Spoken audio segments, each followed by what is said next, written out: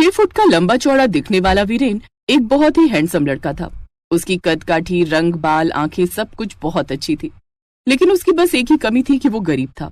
वो शहर की एक बड़ी बिजनेस वुमेन समायरा के यहाँ ड्राइवर की नौकरी करता था। समायरा पूरी तरह गंजी थी। उसकी माँ का तो बचपन में ही निधन हो गया था, लेकिन एक एक्सीडेंट में उसके पिता की भी मौत हो गई। तब से उसने ही अपने बिजनेस को आगे बढ़ाया। वीरेन लगभग 2 साल से उसके यहाँ नौकरी कर रहा था। वो बेहद ही ईमानदार और शरीफ इंसान था। एक रोज वीरेन काम पर पहुंचा तो बाहर तेज बारिश हो रही थी। उसने डोरबेल बजाई तो सामने समायरा खड़ी थी। थैंक गॉड वीरेन, तुम आ गए। आज मुझे जल्दी ऑफिस जाना, एक बहुत ही जरूरी मीटिंग है मेरी। समायरा को लेकर ऑफिस चला गया। कुछ देर बाद वो ऑफिस पहुंची तो उसके ऑफिस का एक स्टाफ उसे देखकर चुपके से बातें बनाने लगा। आ गया उबला हुआ अंडा। ये बात सुनते ही समायरा पलटकर राधा के पास आई और गुस्से में बोली, कम अगेन, क्या कहा तुमने मुझे? उबला हुआ अंडा? हाँ बोलो, मैं कुछ पूछ रही हूँ। सॉरी मैडम, वो गलती से निकल गया, वेरी सॉरी। फिर अपना गुस्सा शांत करते हुए वो मुस्कुराते हुए बोली, नो नीड टू से सॉरी, अब मैं ऐसी हूँ तो हूँ। वैसे एक बात कहूँ, जब मैं भी खुद को आईने में देखती हूँ ना तो मुझे भी यही लगता है कि मैं एक उबला हुआ अंडा हूँ। ये कहकर समायरा वहां से चली गई, लेकिन उसके साथ आए वीरेन को ये बात अच्छी नहीं लगी। मैडम एक बात कहे, आपका दिल सचमुच बहुत ही अच्छा है। Oh thank you so much Viren. इसके बाद समायरा मीटिंग में चली गई। बारिश में जाम लगने के कारण वो थोड़ा सा लेट हो गई थी। जहाँ मीटिंग में वेट कर रहे दूसरे लोगों ने उससे कहा, मैडम आपको आने में देर कैसे हो गई? आपके बाल तो है नहीं जिन्हें संवारने में आपको समय लगे।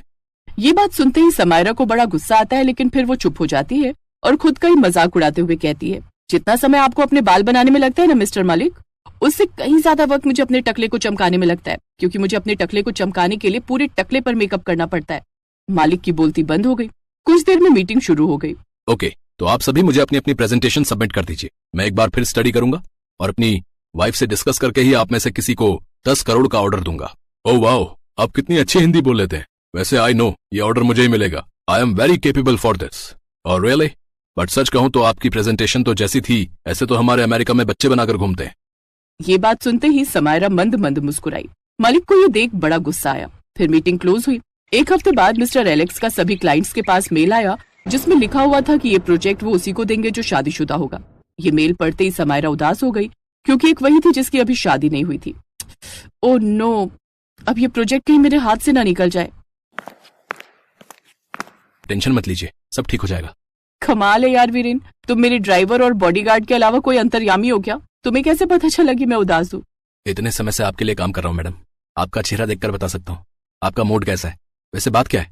पिछले हफ्ते जो क्लाइंट फॉरेन से आया था उसकी एक शर्त है कि वो ये ऑर्डर उसी को देगा जो मैरिड होगा। अब तुम तो जानते हो मैं अभी कुंवारी हूँ। मेरे लिए बहुत रिश्ते आए, लेकिन मेरे टकलेपन की वजह से सब मुझे ना कर देते हैं। मैडम आप तो इतनी सुलझी हुई लड़की हैं और समझदार भी बहुत है। मुझे नहीं लगता कि आप जैसी लड़की को कोई भी मना करेगा। आप तो सचमुच बहुत अच्छी हैं।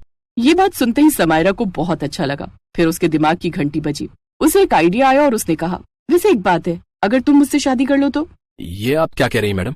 बस कुछ दिनों की बात है वीरेन, उस क्लाइंट को दिखाने के लिए।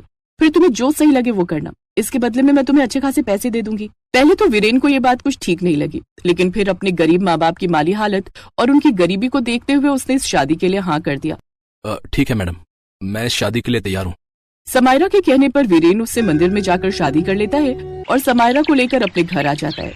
उसकी माँ जैसे ही दरवाजा खोलती है तो दोनों के गले में वरमाला देखकर हैरान रह जाती है। ऊपर से जब उसकी नजर समायरा के टकलेपन पर जाती है तो वो और भी हैरान रह जाती है। ये सब क्या है वीरेन? तूने शादी कर ली और वो भी इस गंजी लड़की से? माँ ये लड़की मेरी मैडम है और अब मेरी बीवी। फिर वीरेन अपनी माँ को सारी बात बताता है, जिसके बाद सरला अपनी अमीर गंजी बहू का गृह प्रवेश करवाती है। आओ मेरी अमीर गंजी बहू, मैं हमेशा से ऊपर वाले से प्रार्थना करती थी कि मेरे वीरेन को चांद सी दुल्हन मिले। मुझे क्या पता था ऐसा चांद वाली दुल्हन देगा, लेकिन जो भी हो वीरेन तेरी बड़ी तारीफ करता था।